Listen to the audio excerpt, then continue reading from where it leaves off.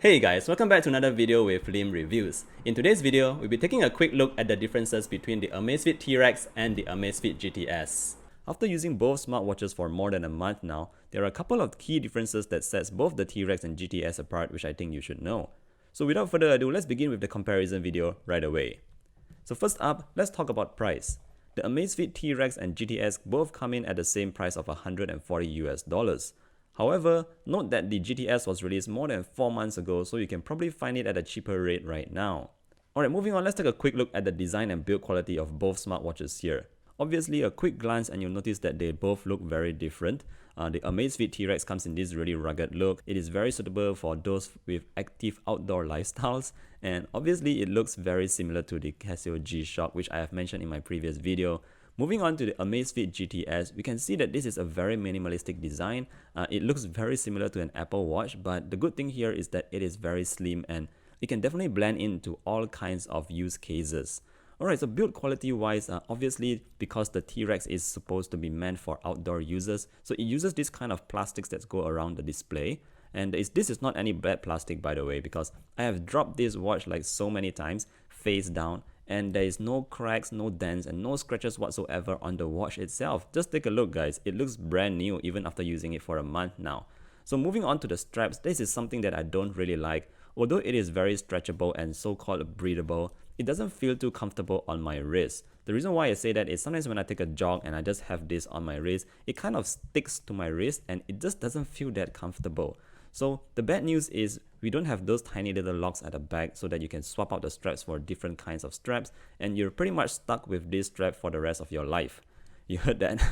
Yeah, literally. So this is the only downside to the build quality of the watch that I don't really like. But moving on to the Amazfit GTS, now this is something that I find very comfortable on my wrist. And the reason for that is also because it is so slim. And yeah, let's take a look at those straps. These straps that came in the box are very good quality kind of silicone, and the best thing here is that it comes with these tiny little locks at the back that you can just remove and swap it out with any kind of straps that you can find on Amazon. Alright, so that's the good news for the Amazfit GTS. So putting both smartwatches side by side, we notice that the T-Rex is very much more thicker than the GTS. So this is one thing that you need to consider as well, because when you have the T-Rex on your wrist, you actually feel the watch there itself. It's a bit thick. So for someone very skinny like myself, I definitely noticed that the watch is a bit huge for my wrist, but overall it still looks quite okay. So the GTS on the other hand is very slim, and when you put it on your wrist, you barely notice that it's there. And one thing that I need to note is if you track your sleep at night, definitely the Amazfit GTS will feel more comfortable on your wrist. Like you don't even feel that it's there. Whereas for the T-Rex, if you put it on your wrist to track your sleep, I know some of you might do that, but if you put it on your wrist, you definitely feel that there is something on your wrist, and it just doesn't feel that comfortable for me to wear this to sleep. Moving on, let's just take a quick look at the display between the T-Rex and the Amazfit GTS. So obviously, let's not talk about the shape of the display. One is obviously round and the other is like square. But in terms of just size alone, you can see that it is actually quite similar.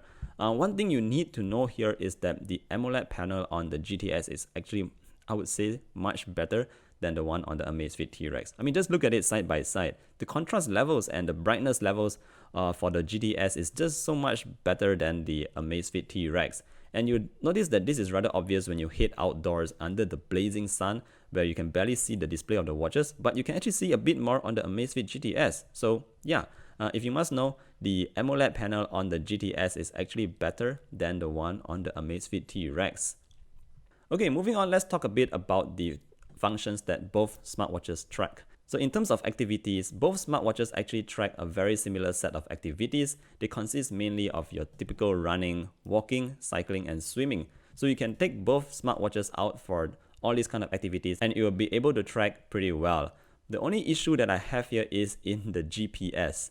So obviously, some of you might already know the GPS on the GTS is not really good. In other words, it is actually quite bad, I would say. So comparing the GPS speed of both the T-Rex and the GTS, you see very quickly that the T-Rex definitely is able to lock onto GPS way quicker than the GTS.